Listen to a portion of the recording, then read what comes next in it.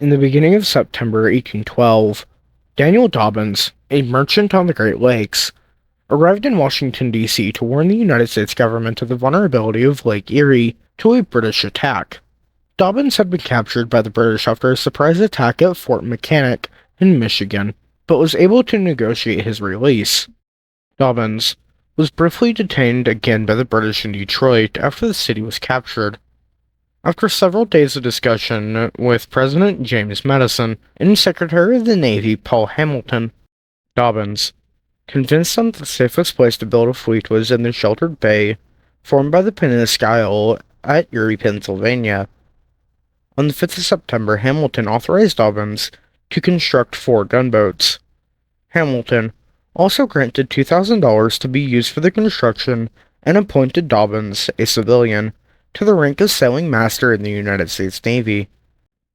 On the 31st of December, Captain Isaac Chauncey, the commander of naval forces on Lake Ontario, arrived in Erie for a day, made some alterations to Dobbins' ship design, and authorized him to build additionally 2 brigs.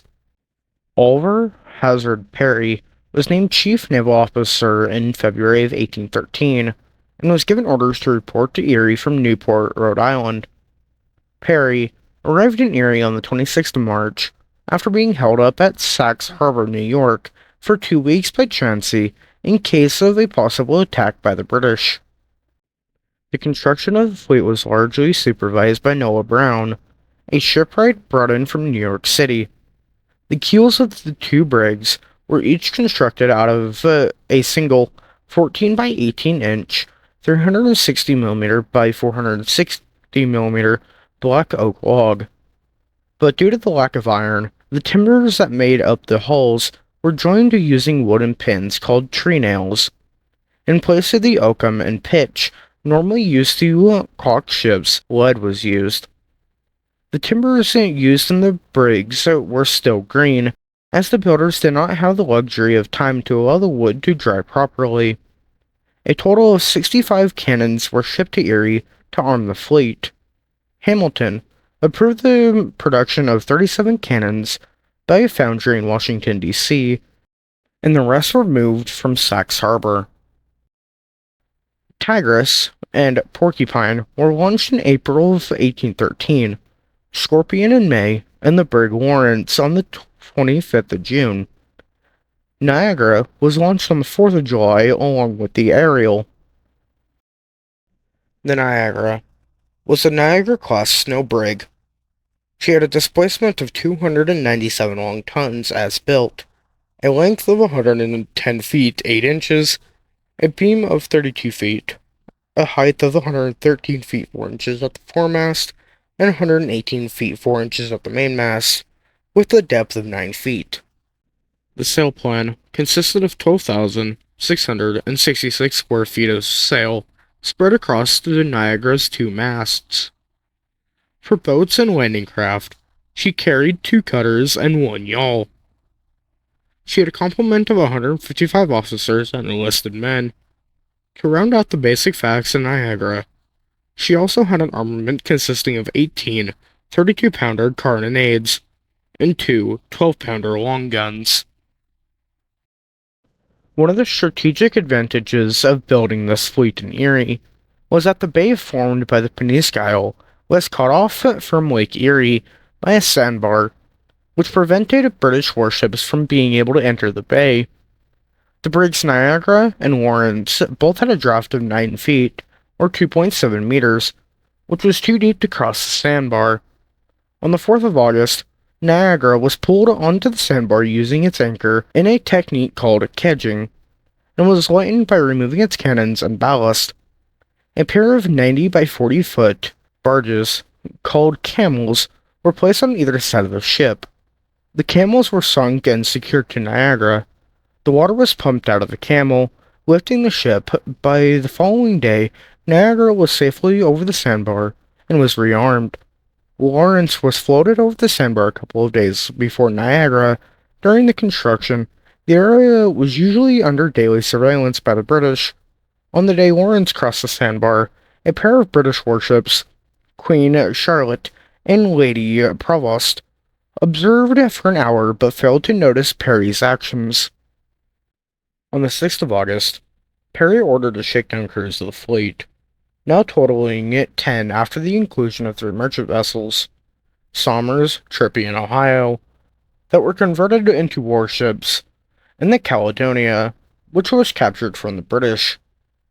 Lieutenant Daniel Turner was placed in command of Niagara for the cruise, as the fleet was still seriously undermanned. Dobbins had even written a letter directly to Secretary Hamilton out of desperation back in December of 1812. Word arrived on the 8th of August that Jesse Elliott was en route to Erie from Black Rock, New York, with 89 men. Elliott was promoted to Master Commander in July, and was given command of Niagara after arriving in Erie on the 10th of August. On the 17th of August, Perry's fleet anchored off of Sandusky, Ohio, and dispatched a boat to inform General William Henry Harrison of their presence. Harrison and his staff met with Perry aboard the ships the next day, and agreed to rendezvous in Put-in Bay. In Put-in Bay, Harrison made available 100 Kentucky and Frontier riflemen to serve on board the warships as Marines. The British fleet, under the command of Commodore Robert Harriet Barclay, was based at Fort Amherstburg, Canada. While Perry's fleet was still under construction, Barclay had ordered the construction of HMS Detroit, which was to be a match for Niagara and Lawrence. Unbeknownst to Perry, supplies in Fort Amherstburg were running out, as his fleet had cut off shipments from Long Point. Fearing an uprising caused by a shortage of food, Barclay and his fleet set sail as soon as Detroit was complete. On the 10th of September, both fleets got underway. Detroit fired the first shot around noon, while still out of range. Perry formed the fleet into a line, with larger ships each being assigned to a target: the Lawrence to the Detroit, the Niagara to the Queen Charlotte, and the Caledonia to the Hunter. As the line moved to engage, Niagara, under the command of Elliott, lagged behind the fleet. The cause of the failure of Niagara to maintain formation is unknown, either deliberate on the part of Elliott, or because it calmed.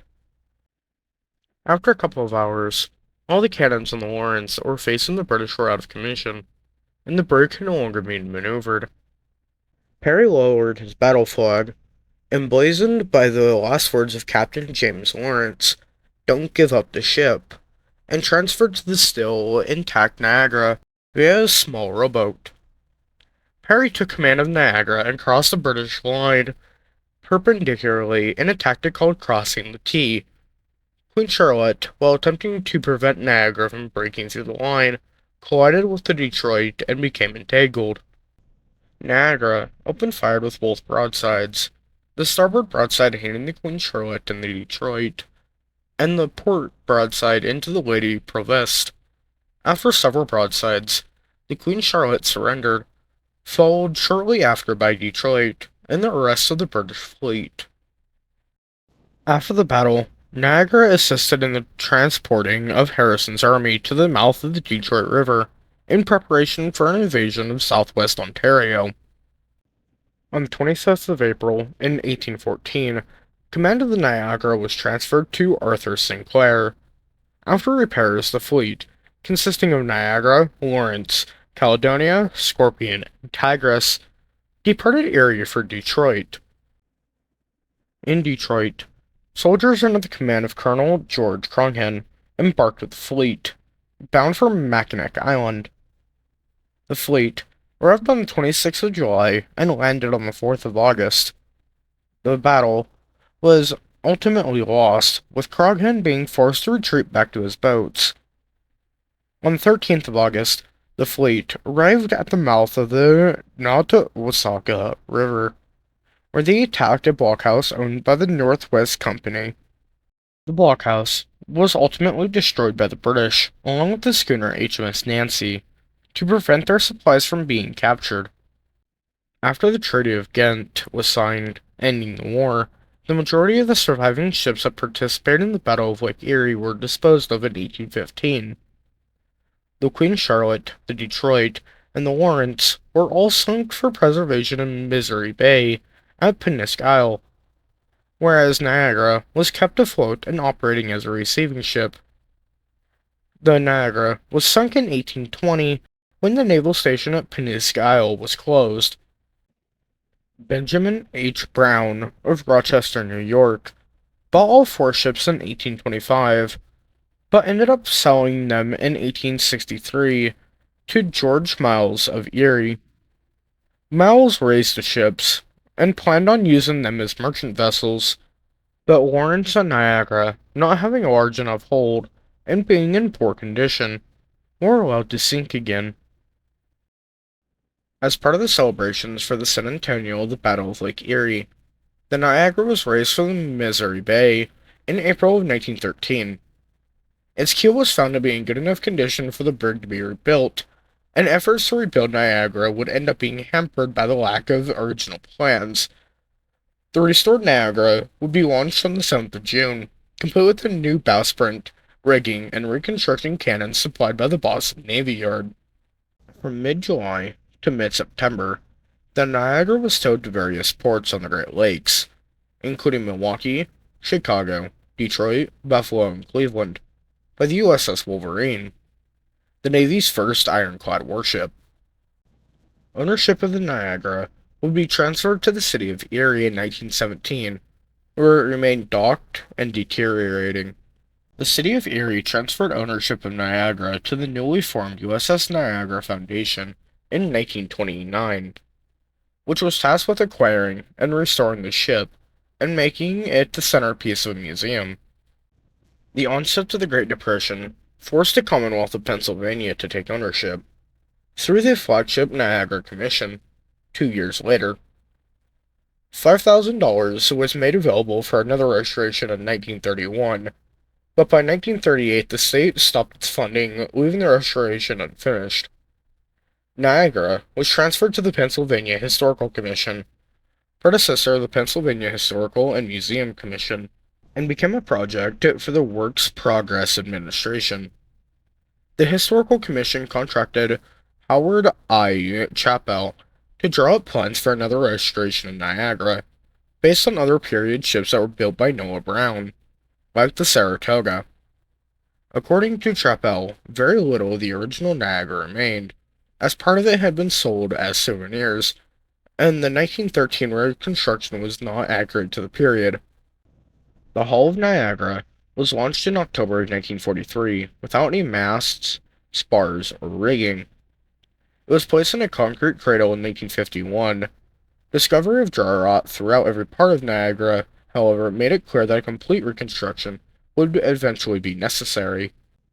Funds would be appropriated by the Pennsylvania Historical and Museum Commission to make the Niagara presentable for the sesquicentennial of the Battle of Lake Erie in 1963, with the addition of rigging and cannons. Niagara would be listed on the National Register of Historical Places on the 11th of April in 1973. In 1981, the Flagship Niagara League was formed with the intent of reconstructing Niagara so that it could be a working ship instead of an outdoor museum piece. The League was eventually incorporated as a non-profit organization associated with the Pennsylvania Historical and Museum Commission. Melbourne Smith, builder of the schooner Pride of Baltimore, was hired in 1986 by the Pennsylvania Historical and Museum Commission to head the reconstruction. The decay of Niagara was so bad that it was dismantled and ultimately destroyed, with various timbers salvaged and used in non-structural areas of the ship. The deconstruction of the old ship and the use of new wood often leads Niagara to be considered a replica. While the original Niagara was built hurriedly, the new Niagara was built out of properly seasoned and preserved yellow pine and Douglas fir. The new Niagara was launched on the 10th of September in 1888, but was not completed until the 18th of July in 1990, when its sea trials were held. The Pennsylvania General Assembly designated the Niagara as the official flagship of Pennsylvania on the 29th of April in 1988, and described its purpose as being a sailing ambassador for Pennsylvania. In March of 2008, the yellow pine mainmast was replaced with one of Douglas fir.